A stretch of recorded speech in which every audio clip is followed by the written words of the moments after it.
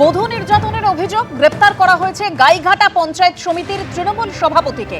ধৃত গাইঘাটা পঞ্চায়েত সমিতির তৃণমূল সভাপতি ইলা বাগচি ও তার ছেলের নামে থানায় অভিযোগ দায়ের করা হয়। স্থানীয়দের বিক্ষোভের মুখে পড়েন ধৃত তৃণমূল নেত্রী।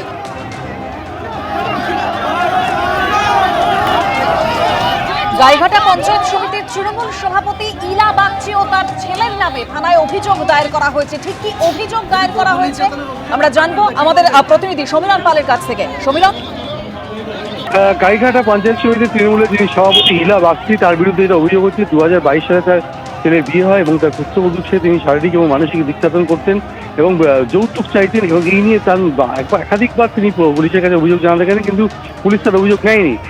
গত কয়েকদিন আগে তিনি গাইঘাটা থানায় অভিযোগ দায়ের করে শুরু করে তিনি রাত্রিবেলা যখন ফিরছিলেন, রাস্তায় ইলা বাগচি এবং তার অনুগামীরা তাকে মারধর করে এবং তার উপর লাগাতার নির্যাতন চালাচ্ছে এবং এই অভিযোগের ভিত্তিতে তাকে গ্রেপ্তার করা হয়েছে। আজকে যখন গাইঘাটা থানা থেকে আদালতে নিয়ে যাওয়া হচ্ছিল, সেই সময় উত্তেজিত স্থানীয় বাসিন্দাদের বক্তব্য যে তিনি পঞ্চায়েত সমিতি থাকাকালীন নানা রকম দুর্নীতি করেছেন, কাটমানি নিয়েছেন, সেই কারণে তাকে লক্ষ্য করে চোর স্লোগান দেওয়া হয়, তাকে মারধর করা হয় এবং তাকে লক্ষ্য করে ডিম ছোড়া হয় এবং রীতিমতো উত্তেজনা পরিস্থিতি হয়, একজন জনরোষ তৈরি হয়। কেননা এই ইলা বাগচি তিনি 2023 সাল থেকে পঞ্চায়েত সমিতির সভাপতি।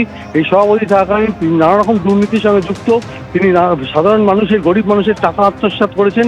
এই অভিযোগে গ্রামবাসীরা জড়ো হন এবং জনরোষ তৈরি হয়ে যায় এবং তাকে ছিনিয়ে নেওয়ার চেষ্টা করে এবং তাকে মারধর করে এবং শুধু তাই নয়, তাকে লক্ষ্য করে ডিম ছোড়া হয় এবং তার পুত্রবধূ পরিষ্কার অভিযোগ করেছেন যে 2022 সালে তার বিয়ে হওয়ার পর থেকে এবং তার উপর শারীরিক এবং মানসিক নির্যাতন চালাতেন এই ইলা বাগচি এবং কয়েকদিন আগে তিনি যখন ফিরছিলেন রাস্তা দিয়ে তাকে মারধর পর্যন্ত করা হয়েছে এবং সেই অভিযোগের ভিত্তিতে মামলা রুজু হয়েছে এবং তাকে গ্রেপ্তার করা হয়েছে। গ্রেপ্তার করে তখন আদালতে নিয়ে যাওয়ার সময় জনরোষের শিকার হন ইলা বাগচি।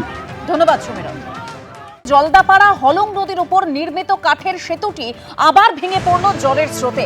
গতকাল রাতে প্রবল বৃষ্টিপাতের ফলে হলং নদীর জলস্তর বৃদ্ধি পায়। এর ফলে হলং নদীর অস্থায়ী কাঠের সেতুর উপর দিয়ে জল প্রবাহিত হয়, কাঠের সেতু ভেঙে যায়।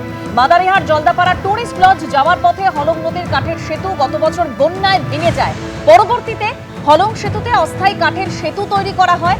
সেই অস্থায়ী সেতু গতকাল রাতে ভেঙে যায়। মাদারিহাট থেকে জলদাপাড়া টুরিস্ট লজের যাতায়াত ব্যাহত। আমাদের প্রতিনিধি রাজা চট্টোপাধ্যায় এই মুহূর্তে টেলিফোন লাইনে রয়েছেন। রাজা, যোগাযোগ কার্যত বিচ্ছিন্ন হয়ে গিয়েছে যেভাবে কাঠের সেতুটি ভেঙে পড়েছে। একদমই তাই, দেখো যোগাযোগ একদমই বিচ্ছিন্ন। শুধু একটা বিষয় সেটা হচ্ছে এই মুহূর্তে জঙ্গল বন্ধ রয়েছে, যার জন্য পর্যটকদের খুব একটা অসুবিধা হবে না, কিন্তু বনকর্মী যারা রয়েছে তাদের পক্ষে কিন্তু অসুবিধা হবে। কারণ তুমি জানো জলদাপাড়া হলং নদীর উপর যে নবনির্মিত কাঠের সেতুটি সেটি ফের আবার ভেঙে পড়েছে। ফলে মাদারিহাট থেকে জলদাপাড়া টুরিস্ট লজে যাতায়াতটা আপাতত ব্যাহত হয়েছে, কিন্তু পর্যটক না থাকায় বনকর্মীদের ক্ষেত্রে কিন্তু সেখানে যাতায়াত করতে অসুবিধা হচ্ছে। গতকাল রাতে প্রবল বৃষ্টিপাতের ফলে হলং নদীর জলস্তর বৃদ্ধি পায়। এর ফলে কিন্তু নদীর অস্থায়ী যে কাঠের সেতু উপর দিয়ে জল প্রবাহিত হয়, কাঠের সেতু সেতুটি ভেঙে গিয়েছিল। মাদারিহাট জলদাপাড়া টুরিস্ট লজ যাওয়ার পথে যে হলং নদীর কাঠের সেতু সেটা গত বছরের জন্য ভেঙে গিয়েছিল। পরবর্তীতে অস্থায়ী সেতু তৈরি করা হয়, সেটিও কিন্তু এই জলস্রোতে কিন্তু ভেঙে যায়। এই মুহূর্তে বন দপ্তর সূত্রে যেটা খবর, তারা জল কমতেই কিন্তু দ্রুত সেটা মেরামতের ব্যবস্থা করা হবে এবং বন দপ্তর সূত্রে কিন্তু এটাই প্রশাসনিকভাবে জানানো হয়েছে এই মুহূর্তে। ধন্যবাদ রাজা। কলকাতায় প্রবল ঝড় বৃষ্টি শুরু হয়েছে আর সেই ঝড় বৃষ্টিতে চাঁদনী চকে গাছ পড়ে বিপত্তি। বন্ধ সেন্ট্রাল অ্যাভিনিউর রাস্তা, যদিও গাছ সরানোর কাজ দ্রুততার সঙ্গে শুরু হয়েছে। সরাসরি একবার সেই ছবি তুলে ধরবো আপনাদের সামনে। আমাদের প্রতিনিধি আবির দত্ত আমাদের সঙ্গে রয়েছেন সেখান থেকে। আবির,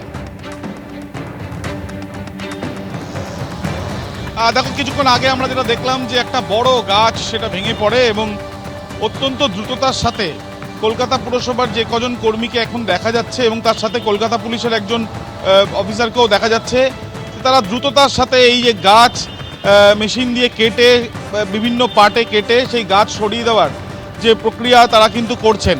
তার কারণ দীর্ঘক্ষণ হয়ে গিয়েছে। ডিএমজির টিমকেও আমরা দেখলাম, তারা এসে পৌঁছেছেন, কিন্তু কলকাতা পুরসভার কর্মীরা এবং কলকাতা পুলিশের একজন অফিসার তাকেও আমরা দেখছি তারা এই গাছ কেটে দেওয়ার চেষ্টা করছেন। তার কারণ একটি লেন দিয়েই উভয়মুখী গাড়ি চলাচল করছে এখন, অর্থাৎ সেন্ট্রাল এভিনিউতে ঠিক এই চাঁদনী চকে সেন্ট্রাল এভিনিউর এই চাঁদনী চকের এই যে একটি লেন সেটা সম্পূর্ণ যেহেতু বন্ধ রয়েছে, তাই গাড়ির ওপরে রাস্তার উপরে কিন্তু প্রেশার আসছে এবং সেই জন্য দ্রুততার সাথে এই গাছ অত্যন্ত পুরনো গাছ, একেবারে ফুটপাতে তার মূল এবং সেটা ফুটপাত ভেঙে বেরিয়ে এসছে এবং টানা ঝড় বৃষ্টি বজ্রবিদ্যুৎ সহ বৃষ্টিপাতে এবং এখানে ইতিমধ্যে বিভিন্ন কাটার সিস্টেমের মাধ্যমে সেটা পার্ট বাই পার্ট সেই গাছটাকে কেটে সেই গাছের অংশ সরিয়ে ফেলা এবং সেগুলো অন্যত্র নিয়ে যাওয়ার প্রক্রিয়া শুরু করা হয়েছে এবং যাতে যত দ্রুত সম্ভব এই রাস্তা স্বাভাবিক করা যায় সেই চেষ্টাই করা হচ্ছে, সেই ছবিটাই ধরা পড়ছে। একদম আবির, সেই ছবি আমরা দেখতে পেলাম। দ্রুততার সঙ্গে গাছ কেটে সেই গাছের অংশ সরিয়ে ফেলার চেষ্টা চলছে একেবারে রাস্তায়। যে ছবি ধরা পড়েছে সেন্ট্রাল অ্যাভিনিউয়ের এই রাস্তায়। কলকাতা জুড়ে ঝড় বৃষ্টি শুরু হয়েছে। কলকাতা, উত্তর দক্ষিণ 24 পরগনা, হাওড়ায় হলুদ সতর্কতা জারি করা হয়েছে। আগামী 2 থেকে 3 ঘন্টায় বজ্রবিদ্যুৎ সহ যে বৃষ্টির পূর্বাভাস ছিল, ইতিমধ্যেই সেই ঝড় বৃষ্টি শুরু হয়েছে।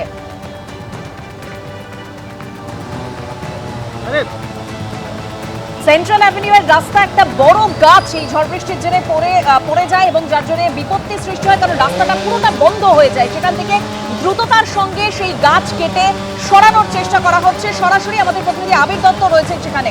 আবির,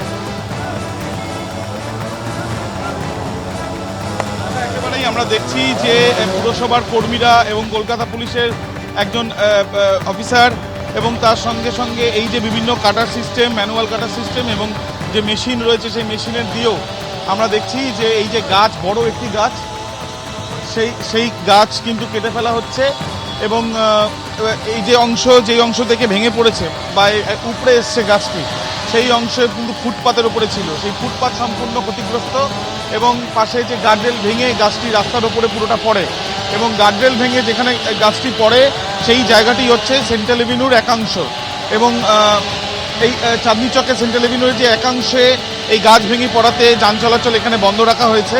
পাশের যে লেন রয়েছে সেখানে উভয়মুখী যান চলাচল করছে। যত দ্রুত সম্ভব এই গাছ সরিয়ে ফেলাটাই জরুরি, তার কারণ অত্যন্ত ব্যস্ততম রাস্তা সেন্ট্রাল এভিনিউ, ধর্মতলা থেকে সেন্ট্রালের দিকে যাবার এই যে রাস্তার অংশ এটি এবং সেখানে এই বড় একটি গাছ ভেঙে পড়ায় তো তাতে যান চলাচলে কিছুটা ব্যাহত হয়েছে। তবে যেটা এখানকার যারা কাজ করছেন তাদের যেটা বক্তব্য যে তারা যত দ্রুত সম্ভব পুলিশকে সঙ্গে নিয়ে তারা এই গাছ সরিয়ে ফেলার কাজ করছে। ডিএমডি টিম কলকাতা পুলিশের, তারা এই গাছের অংশ শুধুমাত্র যে লেনে আমরা দাঁড়িয়ে আছি সেই লেনেই নয়, পাশে যে উভয়মুখী যান চলাচল করছে যে লেনে, সেই লেনেও এই গাছের একাংশ পড়েছে। অর্থাৎ অত্যন্ত পুরনো গাছ ভেঙে পড়াতে যেটা হয় আর কি, এবং সেটাই হয়েছে এবং সেই অনুযায়ী গাছ সরিয়ে ফেললে সেই ক্ষেত্রে যান চলাচল স্বাভাবিক করা যাবে বলে মনে করা হচ্ছে। একদম অতি দ্রুততার সঙ্গে একেবারে রাস্তা ক্লিয়ার করার কাজ চলছে। সেন্ট্রাল অ্যাভিনিউ ছবি দেখলে এবিপি আনন্দ, এগিয়ে থাকে, এগিয়ে রাখে।